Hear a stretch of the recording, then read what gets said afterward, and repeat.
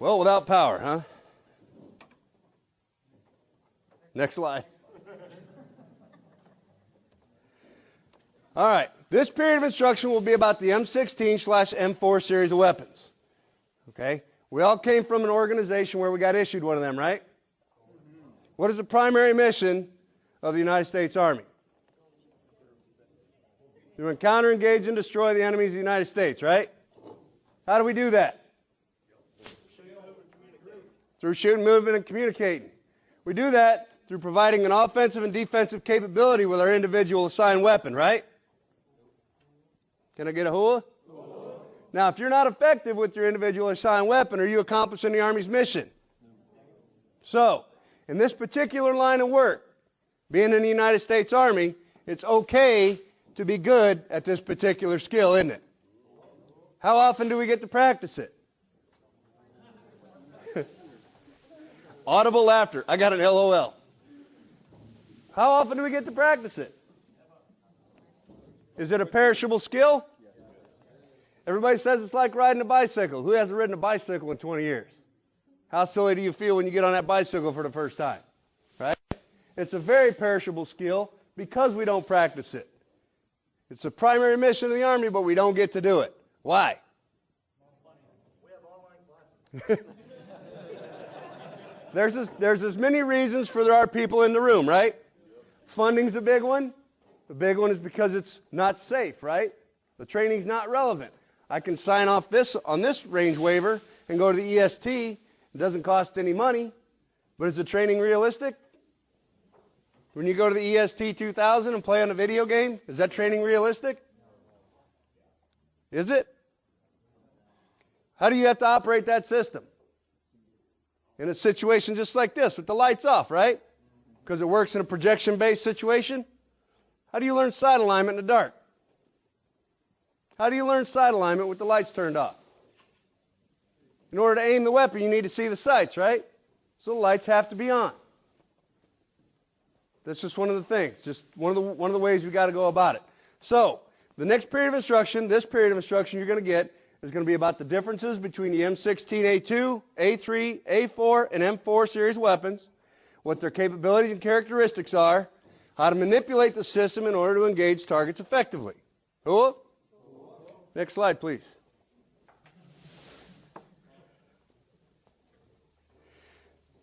First thing we want to talk about is safety. 5 general safety rules that are going to apply to every weapon you handle. Okay?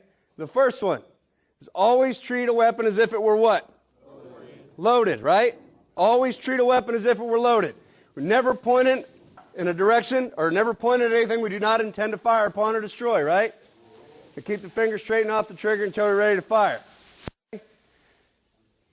Be sure of the target and the area behind it. Your targets are going to be that way. Does everybody know what's behind the targets? Some of the best walleye fishing in the country, right? Lake Erie. When done correctly, your bullet should penetrate the target and land in the big body of water. Okay? If you perform the fundamentals incorrectly, you could damage the earthworm population. Okay? Or scatter some dirt amongst your peers, which would not be good. So always know the target and the area behind it, and always wear hearing and appropriate safety changes. Okay? So everybody get the 5 safety rules? We all know about those MILPER messages that come out, right? Everybody see the one about the 24-year-old Spec 4 who was clearing a pistol in his apartment, demonstrating to his friends that this pistol is unloaded? You know how he did it? To demonstrate the pistol was unloaded, he pointed the pistol at his head and pulled the trigger. So, those 5 safety rules that I just spit out for you, if he'd have practiced one of those, would that soldier still be alive today? Okay, you don't have to do them all. Just pay attention to a couple of them, all right? Treat every weapon as if it were loaded. The first action when you receive it is to do what? Clear it. Hey, look at there. Next slide. Clear the weapon is the first action when you receive it, and always know the condition of your weapon. For those that have deployed, you operate in color conditions, right? Green, amber, red, and black. That's how we're going to give the commands on the range. If you're unfamiliar with those color conditions, we'll go over them here in just a little bit. But that's how you're going to be told to put your weapon in a color condition and prepare for the next order. Okay? That's how we're going to do it. Anybody have any problems with that? Okay. To clear the weapon, the first thing we're going to do is always point it where? In a safe direction. What is a safe direction? Not at your buddy. Not at you, not at your buddy. Okay? To make it easy, we'll say downrange. How's that sound? Point it towards the lake. Downrange towards the lake is a safe direction. What do we do next when we're clearing a weapon? Attempt to place the weapon on safe, right? If the weapon is not charged, will it go on safe? No. Okay? So we attempt to place the weapon on safe. If the weapon will not go on safe, we remove the magazine. Remove the source of ammunition. With the source of ammunition removed, lock the bolt to the rear. By locking the bolt to the rear, that should expend any live ammunition or expended case in the chamber area, right? Lock the bolt to the rear, return the charging handle forward.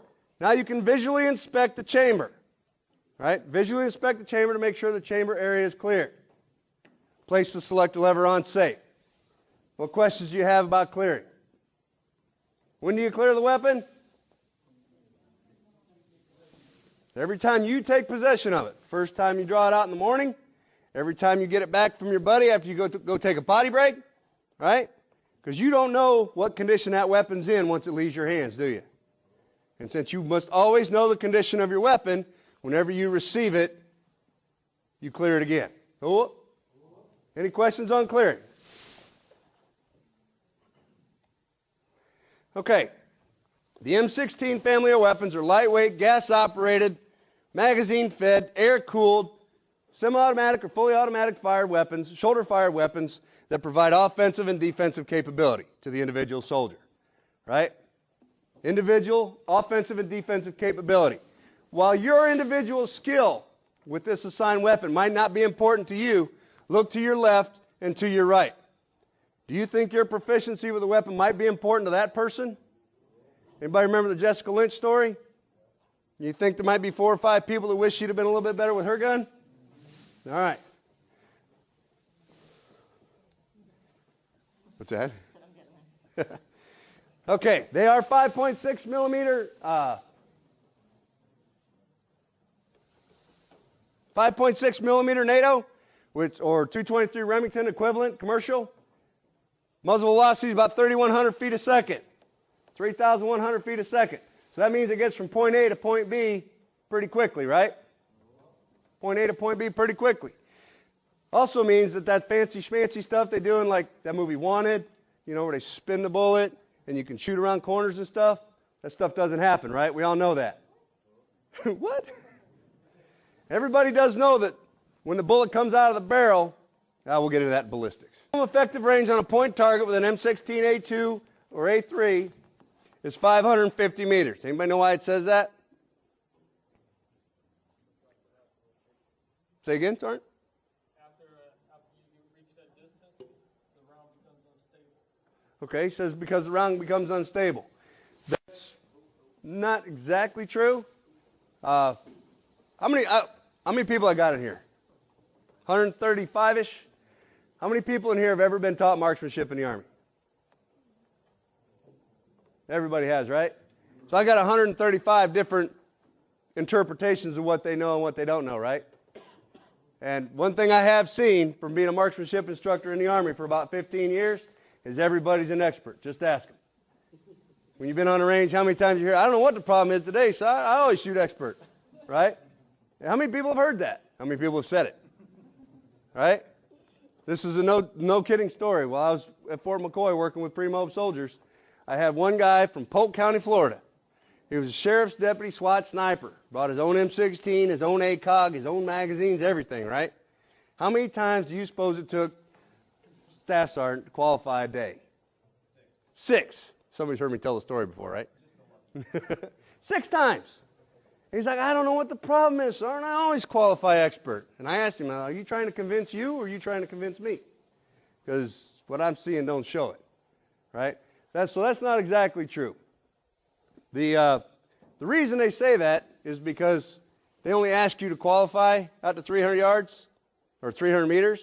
So without the training to teach you how to go out that far, the hit probability actually falls below 50%. okay?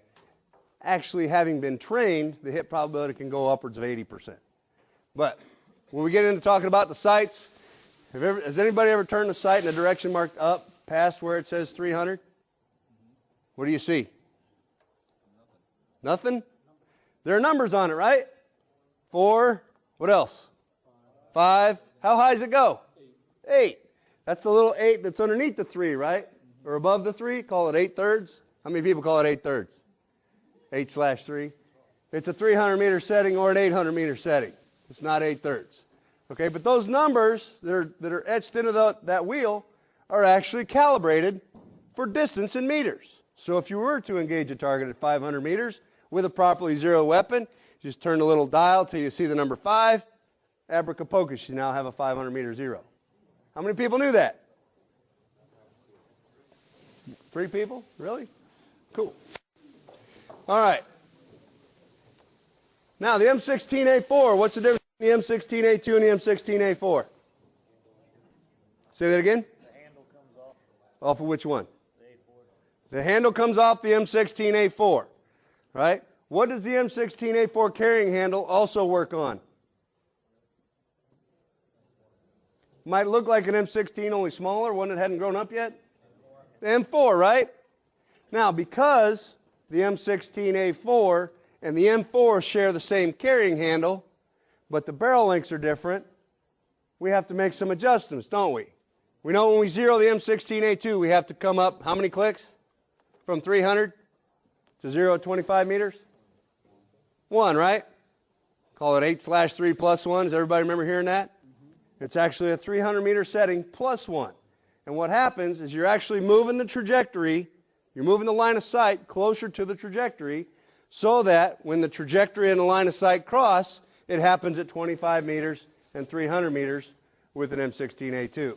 With an M16A4, you have the same barrel length as the M16A2, right? But you have the carrying handle and the sight calibrated for the M4. So you actually have to come up to the spot on the sight that's marked with a Z for 0.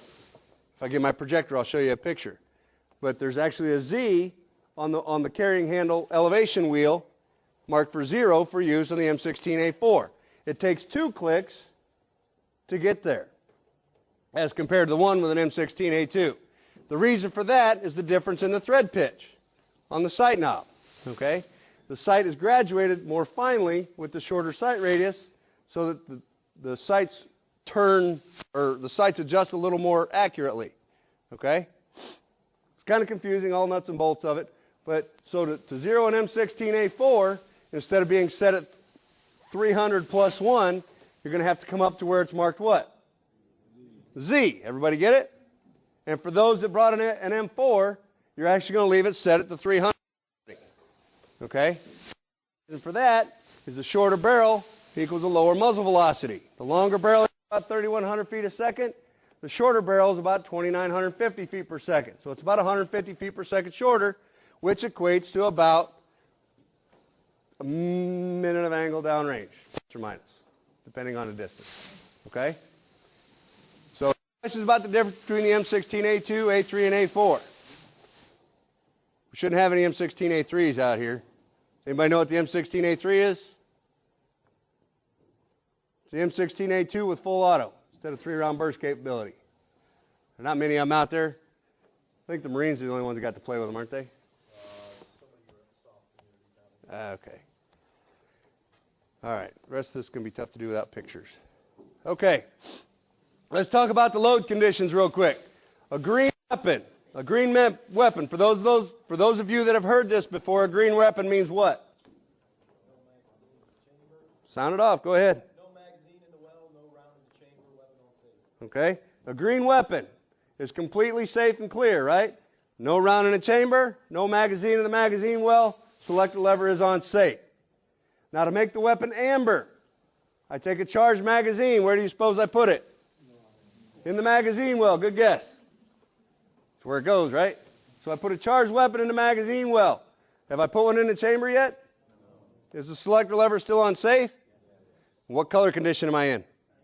Amber. How do I make it red? Charge it. Put one in a chamber. Am I still on safe? How do I make it black? Take the selector lever off safe. So, if the command is, put your weapon in a black condition and your weapon is sitting on a sandbag, what are you going to do? Put a full magazine in it, charge it, and take the selector lever off safe, correct? Now, we don't have to go green, amber, red, black, right? I can tell you put your weapons in a black condition, and I expect you to know what to do. So when the targets come up and you go to engage, and you don't have a magazine in because I didn't tell you to go to amber, whose fault is it? Mine. Oh, yeah, mine, that's right. Okay, so are there any questions on load conditions, color conditions? Going once, going twice? Which color is completely safe and clear weapon? What's hot and ready to go? Everybody knows how to get from one to the other? How do you get from black to green?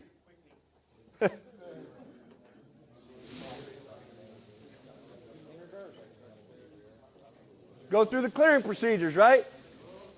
Go through the clearing procedures to go from black to green. Now you'll get guidance on the line of what to do. Because what we'll do is remove the magazine, we'll cycle the bolt a couple of times, we'll point the weapon in the downrange area, and perform clearing barrel procedures, because the Army doesn't know how to survive without clearing barrels, right? So we'll perform clearing barrel procedures on the firing point to show that all ammunition has been expended, there is no ammunition present in the weapon. Then we'll lock the bolt to the rear, place it on safe, and all that happy stuff. So are there any questions about load conditions or how to clear? All right. Let's talk about real quickly about correcting malfunctions. All the courses of fire will be no alibi courses of fire, which means that should you incur a stoppage, you are required to clear that stoppage on your own and continue to fire. Okay? I've been on ranges where the gun stopped shooting and the soldier just simply raised a hand to the paddle, to the safety behind him. And what am I supposed to do? You know, it's your weapon, you use it. Okay? So, to clear a stoppage, first off, let's define a stoppage. What is a stoppage?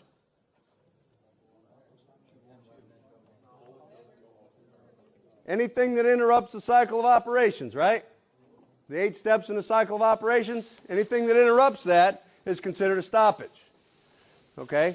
What do you do when you encounter a stoppage? Sports, or immediate action, right? Immediate action is clearing the stoppage without an attempt to determine the cause of the stoppage, right? So we apply immediate action with an M16 by using the acronym SPORTS. The SPORTS stands for what? Slap, pull, observe, release, tap, squeeze, right? We slap gently up on the bottom of the magazine to ensure what? It's fully seated in the magazine well. When we pull, what are we pulling? Charging handle to the rear. While we pull the charging handle to the rear, we are observing. What are we observing? We're observing for a spent case or a stuck round to come out of the ejector port, right? If we do not see that, do we continue with sports? No, because we have a problem, right? Without determining the cause of our stoppage, we have inadvertently found it through our observation. If you see the spent round or ejected case come out, you release. What are you releasing? Allowing the bolt to go forward, right? When you tap, what are you tapping? The forward assist to ensure that what? The bolt is fully seated into battery, right? And what does the squeeze stand for? Squeeze the trigger, right? Now, the sports is as old as the M16. All right, we got to keep up with the times. I like to call it Sport RS now, because the new import tuner crowd, you step an Type R sticker on your Acura and it puts 15 more horsepower on it. Anybody tried it under a Gov yet? Man, you're wasting Uncle's money. Get 50% more gas mileage just by putting a sticker on it. Anyway, what Sport RS is instead of wasting the Uncle's bullets, before you squeeze the trigger, how about you reacquire the target? Okay? Keep your focus on the front sight, reacquire the target, and then squeeze the trigger. Sound like a winner? So instead of sports, we're going to do what? Sport RS. It even sounds faster, doesn't it? All right. If we perform Sport RS and the weapon still will not fire, what must we do then? Remedial action, it's called. Now what do we have to do?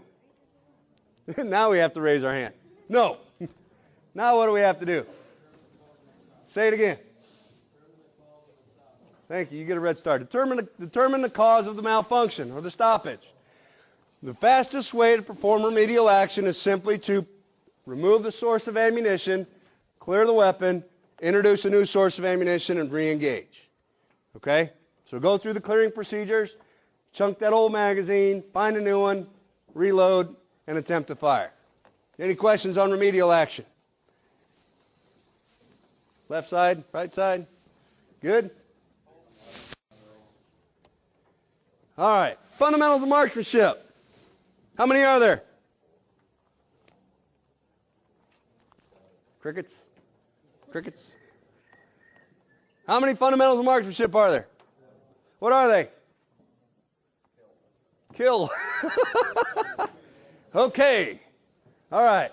First and foremost, according to the book, we got to start off with steady position, right?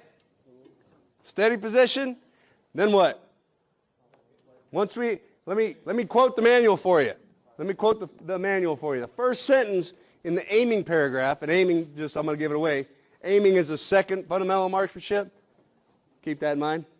But the first sentence in the aiming paragraph in the manual says, now that you have mastered the steady position, you are ready to aim. Okay? How many people in here are masters of the steady position? I'm going to put my hand down because I'm not either.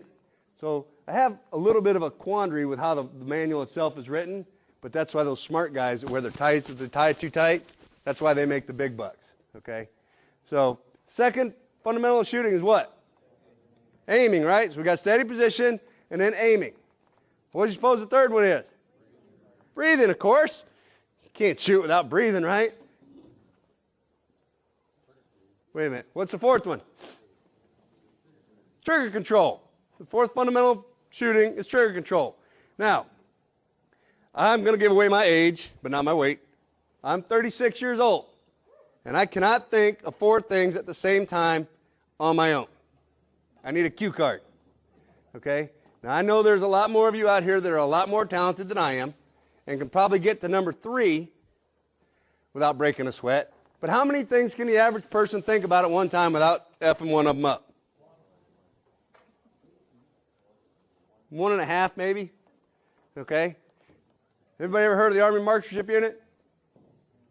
Active duty guys, real cool. All they do is travel around, shoot for a while. I used to work with those guys. And they hand you a book when you sign into the unit. As a private, they make you read it. It's about this thick. Anybody ever read one of those Army manuals from the 50s? Where they actually chop them up, you know, with the old paper cutters and stuff?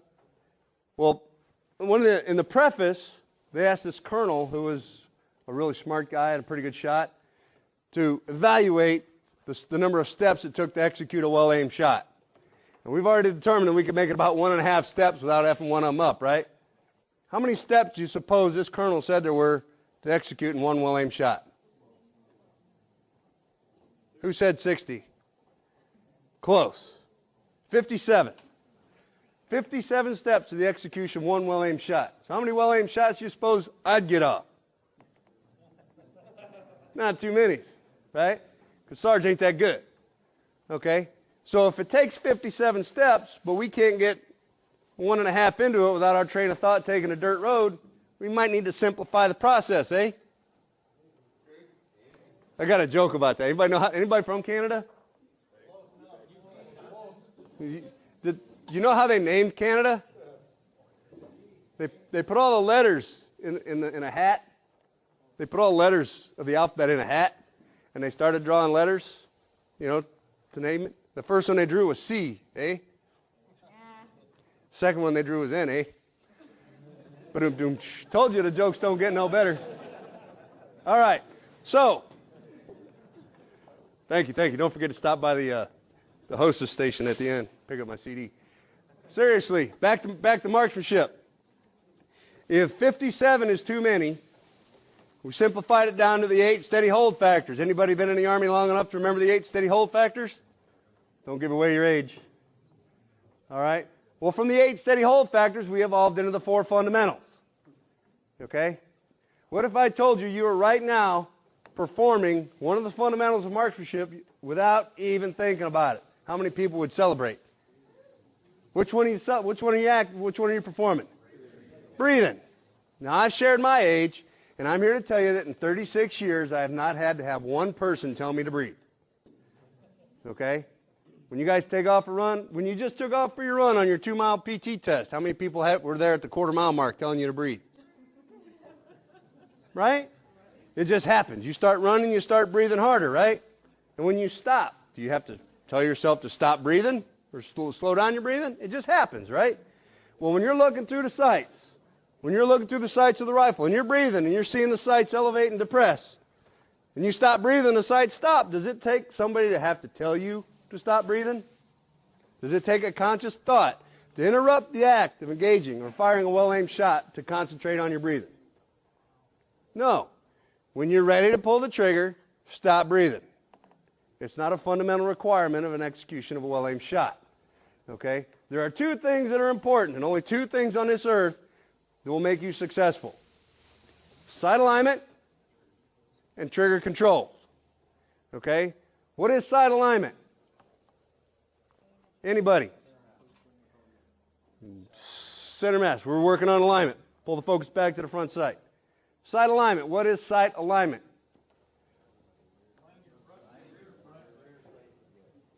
Making sure the front sight post is aligned horizontally and vertically in the rear sight aperture, right? How do you know that? How do you know that the front sight is centered horizontally and vertically in the rear sight aperture? Got something to do with your melon. By putting your shooting eye right behind the rear sight aperture, right? How many people done an eye dominance test? All right. This is fun to do in a class. So everybody make a hole about the size of a quarter. Put it out in front of your face. Go ahead and extend your arms at arm's length. Make a hole about the size of a quarter. All right. Pick an object a long ways away from you. Focus on it. Now pull your hands back to your face slowly. They will go to your shooting eye.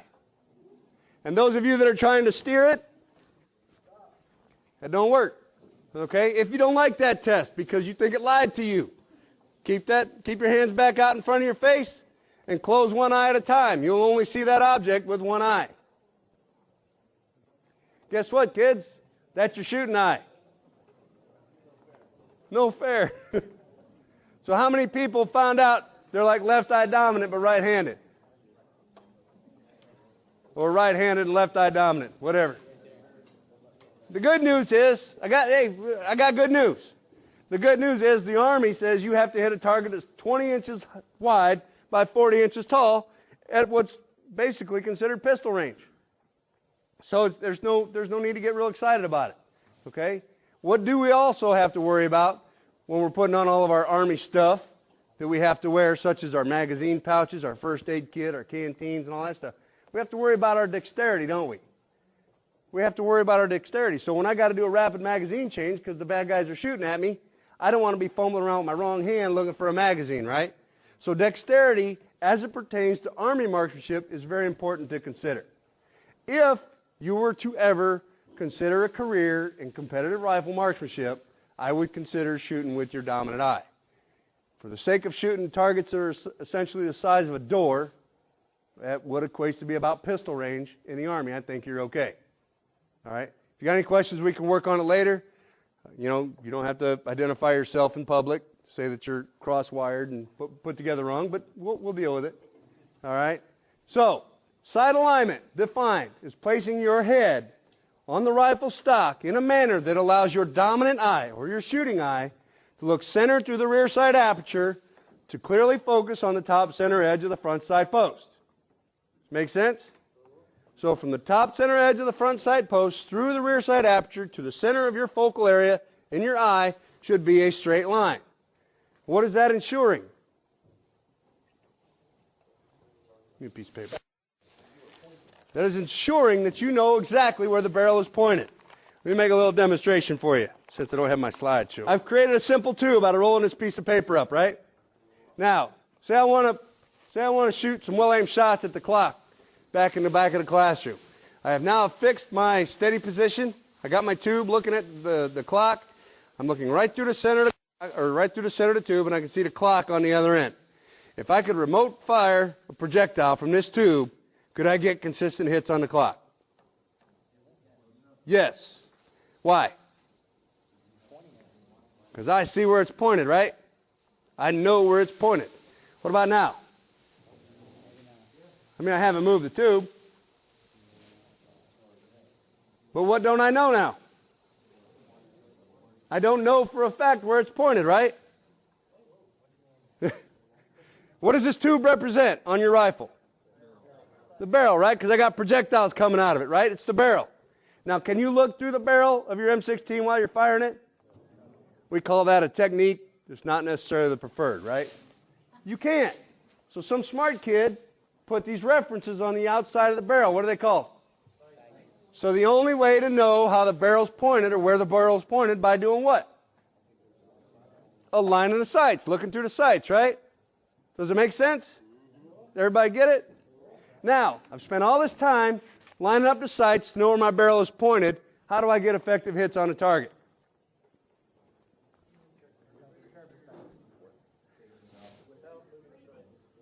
Who said breathing? I said I was going to beat Dorshep with this.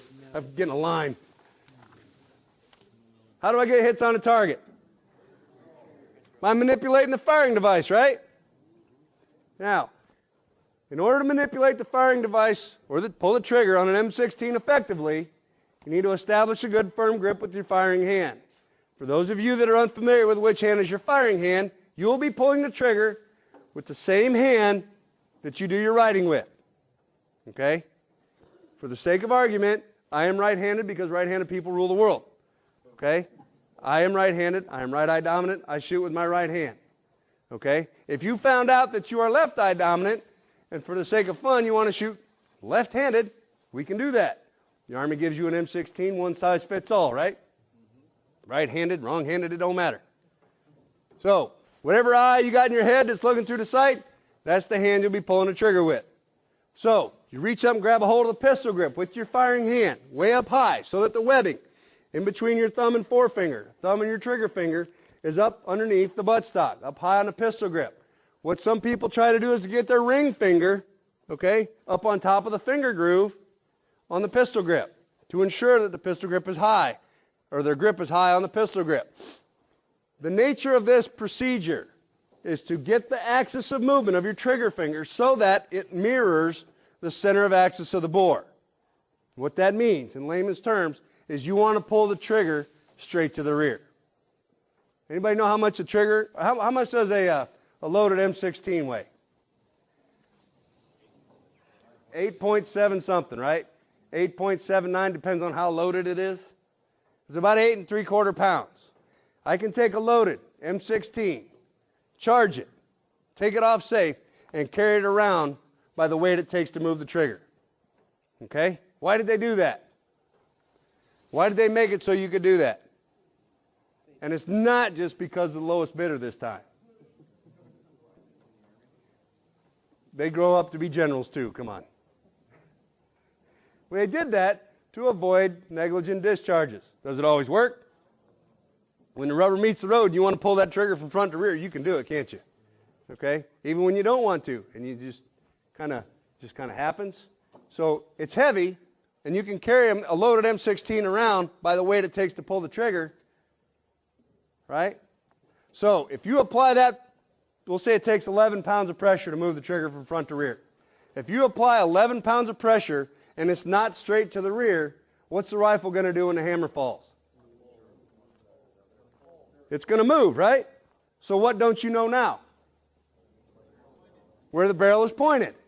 So all that hard work you've done, you've even held your breath in this, because we all know breathing's a fundamental of marksmanship, right?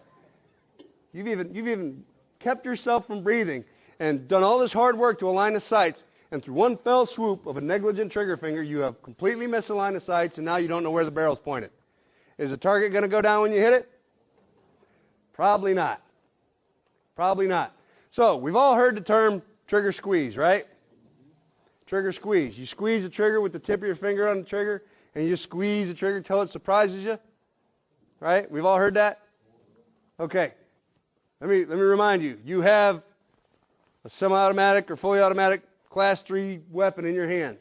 You put a magazine in it. You've charged it and taken the select lever off safe. So what exactly is the surprise when you're pulling the trigger and the gun goes bang?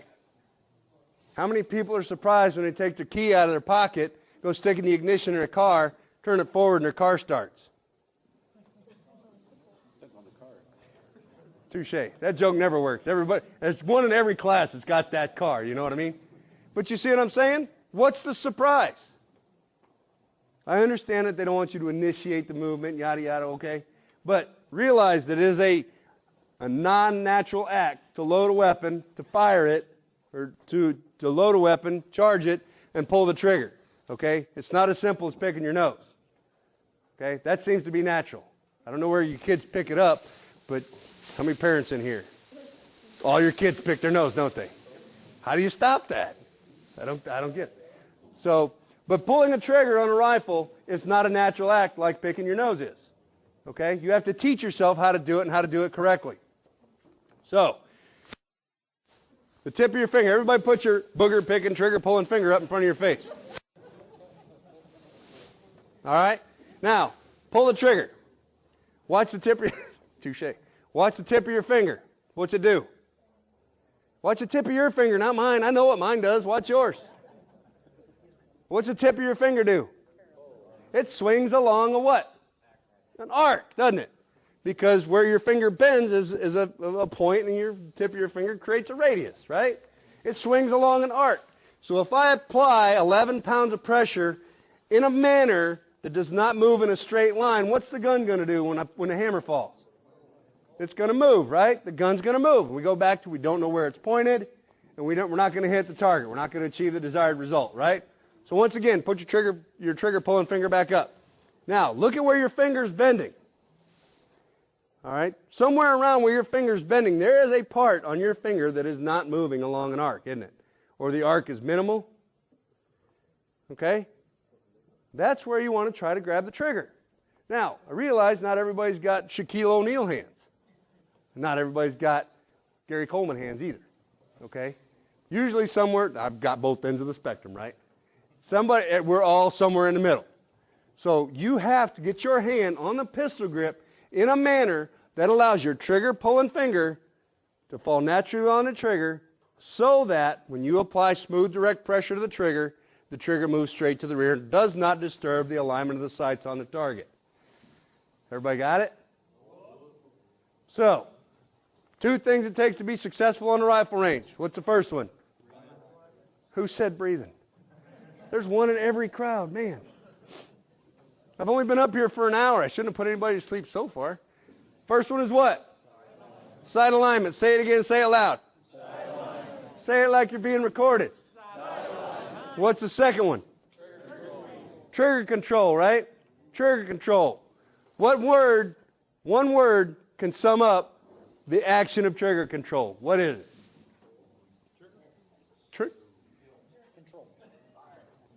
We've all heard the word squeeze, right? What kind of motion does squeeze imply? And please keep your mind out of the gutter after the commander's class says now it's okay. Squeeze kind of implies a slow, deliberate action, doesn't it? What if I say smooth?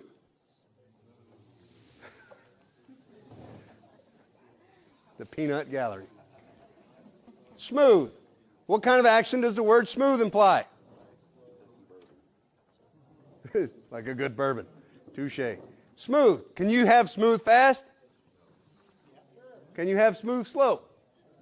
All right. So when the 50-meter target pops up and you got to hold 4 seconds, you're not going to squeeze until you get surprised, because if you do that, what's the only surprise you're going to get? Target's gone. You still got one in the chamber, right? Dang it. 39 the easy way. All right. So you can do smooth fast for the 50-meter target, or when the 300-meter target pops up, you got about 8 or 9 seconds, you can do it nice and a little bit slower, right? Now, just as a rhetorical question to the audience, how many people do not engage the 300-meter target on qualification day because it's just too far away? Be honest with me.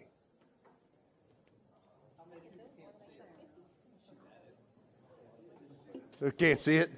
Well, How many people understand that that's the only target you have a 0 for? Everything else, you're not hitting the point of aim. For all targets other than the 300, where you're aiming is not where you're hitting. The 300-meter target is the only target that you aim center mass and you hit center mass. Okay? So what we're going to get into real quick now, I really wish I had my projector because it would help a lot with this. What we're going to do, what we're going to talk about is entry-level ballistics. Okay? Entry-level ballistics, so that you understand how to manipulate your sights. So when we get on a 0 range tomorrow and 0 at 100, you can set your sights in a manner that allows you to have a center mass point of aim and a center mass point of impact at all ranges. Okay? Does everybody understand what we're about to do? Ballistics. Okay? This is the kind of ballistics you hear about when you're watching NCIS or CSI or one of them Go Faster cop shows. All right? I'm going to teach you real basically what the bullet does when it comes out of the barrel. All right? 3 types of ballistics, or 3 phases of ballistics. Internal, external, and terminal. Okay? Internal is what happens inside the gun. External is what happens between the gun and the target. Terminal is what happens between the target and the impact. Okay? We're going to talk about external. Okay? External ballistics. Gravity and air resistance will provide a constant and never-changing force to the bullet once it leaves the muzzle, causing it to slow down and be pulled towards the earth. Okay? This causes, these effects cause the bullet to fly in a uniform parabolic arc. Okay? Parabolic means it has an increasing or decreasing radius, right? As the bullet gets farther away from the muzzle, it will drop towards the earth faster. Okay? It's less resistant to that gravity pull when it's moving at a higher velocity or closer to the barrel. Okay? A bullet has no lift capabilities like an airplane wing. So a bullet that's fired out of a barrel that is horizontal or parallel to the ground will immediately start falling towards the earth. Does everybody understand that? The bullet does not come out of the barrel and just decide it wants to go up. Okay? There are people in this world that do not understand that. Okay? The bullet must be pointed into the air for the bullet to rise above what you're looking at. Okay? So, that's pretty important to understand. Now, when you look down the barrel, you see these little funny grooves in the barrel, right? What that does is that causes the bullet to spin along its center axis. And what that does is it keeps the bullet stable as it's flying farther downrange. For those of you athletic types, if you throw a tight spiral with a football, it goes a lot farther than if you throw a duck like I do, right? That's why I never made it into big leagues. Okay? Could have been somebody. All right. A couple of simple analogies to compare it to is, like I just said, the flight of a football. If you want to throw a bomb, it's got to be a tight spiral, right? Now, another thing is a children's top. If you spin a top very fast, it'll stay in one spot, right? It will spin perfectly centered around the axis and stay in one spot. As it slows, as the spin on it slows, what does it do? It starts to wobble. Your bullet does the same thing. Fortunately for you guys, that doesn't happen until you get upwards of a mile away from the target. Okay? And we're not going to shoot that far, so we're good to go. So any questions about real quick what the bullet does as it leaves the barrel? All right. We already talked about gravity and air resistance. One causes the bullet to fall towards the earth. The other one presents drag to the bullet, will cause it to slow down and tumble. All right. What we do to counter these effects? We increase the angle on the barrel. Or if you think about the football, you throw it farther into the air, right? Whether you can see it or not, this angle is on the barrel. Okay? The bullet will come out pointed up towards the sky. But the weapon is manufactured so that the line of sight and the barrel kind of do this number, and I got a slide that shows that here in a second. We also impart the spin and higher velocities to counter the effects of air resistance and gravity. Let's talk real briefly about zeroing. What is the process of zeroing? What's that doing? Not all at once. Lines of sight with the barrel. That's exactly what it does. As who interprets it? The shooter, right? You, the shooter. What it does is it makes sure that the sights are centered over the center of the bore as you understand the sight alignment. Okay? And what that means is once I've aligned the sights to the barrel or zeroed the weapon, I should be able to hand it to somebody else and he should be able to shoot effectively with that weapon, right? Why not? But all I'm doing is mechanically aligning the sights with the barrel, right? So if you see sight alignment different, the sights are still in line with the bore, right? So, remember who builds these things? Who builds these things? The lowest bidder. And with the lowest bidder come manufacturing tolerances, right? Lesser tolerant manufacturing tolerances, but manufacturing tolerances nonetheless. So, if one soldier picks up a rifle, zeroes it, okay? Say he has to come down 4 clicks on the front sight and move the rear sight 10 clicks away from all the way to the left. Picks up the next gun, same soldier, picks up the next gun. Is he going to have to put the same adjustment on that gun? No. Because of what? Manufacturing tolerances, right? All the parts go together, looks good, slap it out the door. Check the box. Okay? So, what we're doing is we're aligning the sights with the center of the bore as the shooter interprets it for a finite distance, right? For a single distance. That's what we call known distance zeroing. Everybody see it up there? Okay? For known distance, we use bullet drop compensating. When you zero the weapon at 300 meters, what did I say you could turn the knob to engage a 500 meter target? That's what we call bullet drop compensating. Okay? That's what you're doing. You're raising the rear sight so that you're elevating the muzzle to allow the bullet to fly farther so that you can engage targets at farther distances. The other type of zeroing we use for unknown distance. It's what we've all heard called battle sight zero, right? You leave your sights set at 300 meters, aim center mass at the target at 300 meters, and you aim where on everything else?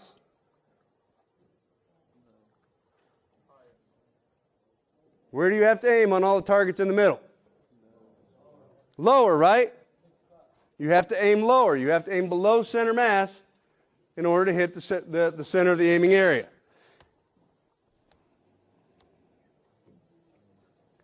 All right.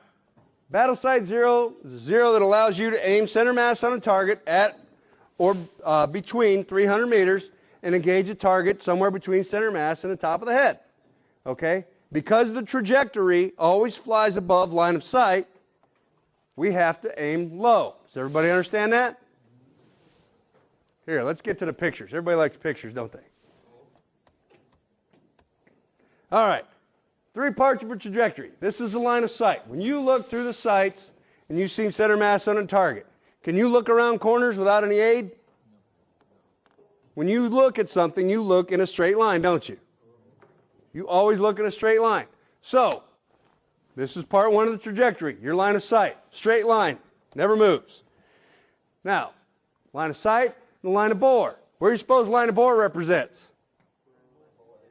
Where the bullet would go if it were a laser beam. If it were a ray of light, without bending or being subject to the effects of gravity and air resistance, this is what the bullet would look like.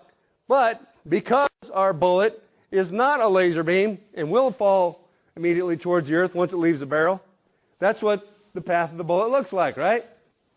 Now, you can see that my line of sight, my line of bore, and the path of the bullet do not achieve the desired end state, do they? Why not? Because it's not zeroed. We have not achieved a zero. Okay? So, in order to get the bullet to hit the center of the target, we have to elevate the muzzle, right? Everybody see that? But now we don't have a solid point of reference as far as an aiming point, do we? So we have to adjust the sights. Does everybody get it? So, we do that by lowering the front sight post or raising the rear sight aperture. Okay? Does everybody see how it works? Raise the rear sight or lower the front sight. Both have the same effect.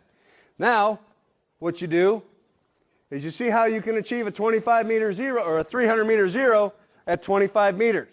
Because you have manipulated the sights in a manner that allows You have manipulated the sights in a manner that allows the trajectory to cross the line of sight in how many places? 2. Once in front and once at the end, right? Now, everybody sees that you have a point of aim, point of impact relationship at what 2 distances? 25 meters and 300 meters, right? Everybody understand that? Everybody see that? Where are all the bullets between 25 meters and 300 meters? They're above your line of sight. Does everybody see that? So, if you want to zero your weapon for 300 meters and use the Army battle sight zero process, where are you going to have to aim at everything between 300 and 25? Where? You're going to have to aim below center mass, right? In order to achieve hits in the center of the aiming area. Now, that works pretty well, which is why the Army uses it. In a more controlled environment, such as this, when you're aiming, when the goal is to shoot smaller shot groups and more in the center of the target, would you like to learn how to do it to manipulate the sights to allow you to aim center mass at all the targets? Who said yes?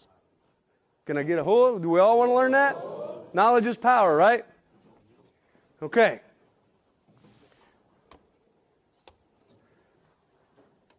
What we're going to do when we get out on the range is we're going to zero at 100, 200, and 300 yards, and then we're going to immediately go into the course of fire and start from 300, 200, 100. How many people have your little data book with you? Have a little notebook like every good NCO is supposed to have? Mine's in my... Yeah. Changed clothes this morning. So, what I recommend that you do when you zero at 100 yards tomorrow, and 200 yards tomorrow, and at 300 yards tomorrow, is you write down on your little handy-dandy notebook what your sight settings are for that particular yard line to achieve a center mass, point of aim, point of impact relationship. Okay? Now, here's where you got to pay attention. If you are shooting an M16A2, okay, the adjustments that you will be making will happen in minutes of angle for elevation. Okay? On the rear sight, the sights will move in full minutes of angle. We'll get into minute of angle in just a second. Okay? If you're shooting an M4, the sights move in half-minute increments. Okay? Now, what's a minute angle, right? Who knows what a minute of angle is? Go ahead, Sergeant Smith.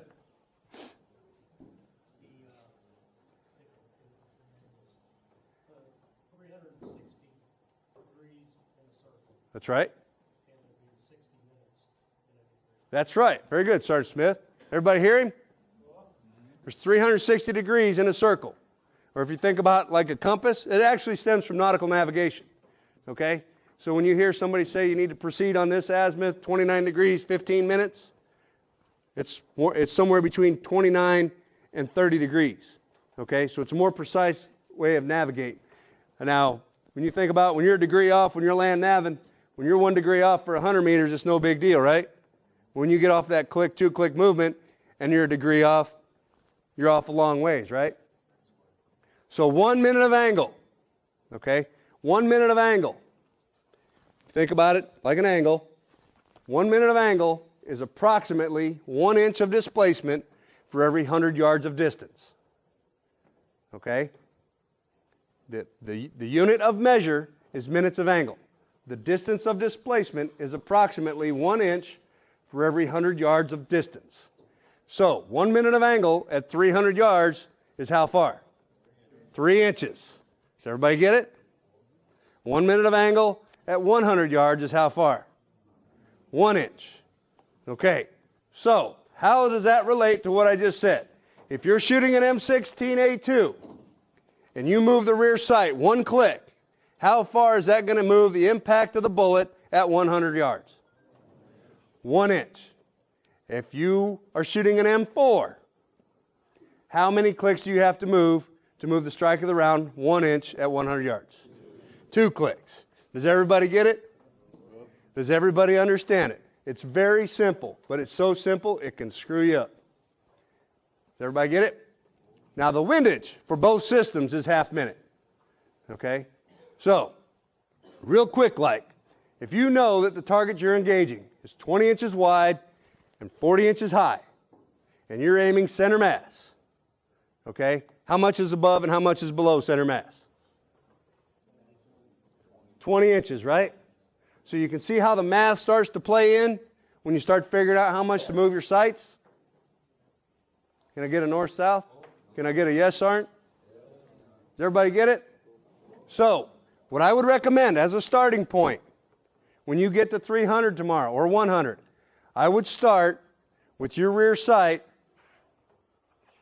set on, say, 300 and up a couple, okay?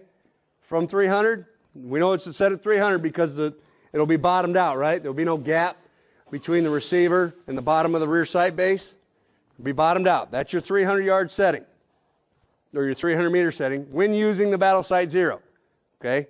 We're going to skew the system and change the numbers a little bit. We're going to raise the sights above. We're going to bring the trajectory closer to the line of sight so that we can manipulate the sighting system, right? So as we move back, we can make it so we hit center mass, or aim center mass and hit center mass at all distances. Does everybody understand what we're trying to do? So I would start at 300 meters on your 300-meter setting, come up a couple to give yourself a little bit of room to play with, all right? And I would start the zeroing process there. When you're zeroing, where do you make all your sight adjustments for elevation? On the front side post, right? There's a little arrow marked up, all right? That screws the front side post down into the well. But where does it move the strike of the bullet? Up. Does everybody understand that? Because you're screwing the top of the front sight post closer to the bore, it actually, in order when you achieve sight alignment, it actually causes the muzzle to raise, therefore raising the impact of the bullet. Okay? So everybody understands that you're going to make all sight adjustments for elevation where? On the front side post while zeroing.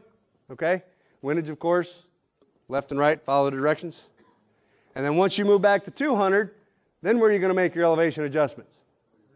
On the rear sight. Okay? On the rear sight. You're going to move the drum in the direction marked up when you travel from 100 to 200 yards. How much, Sergeant?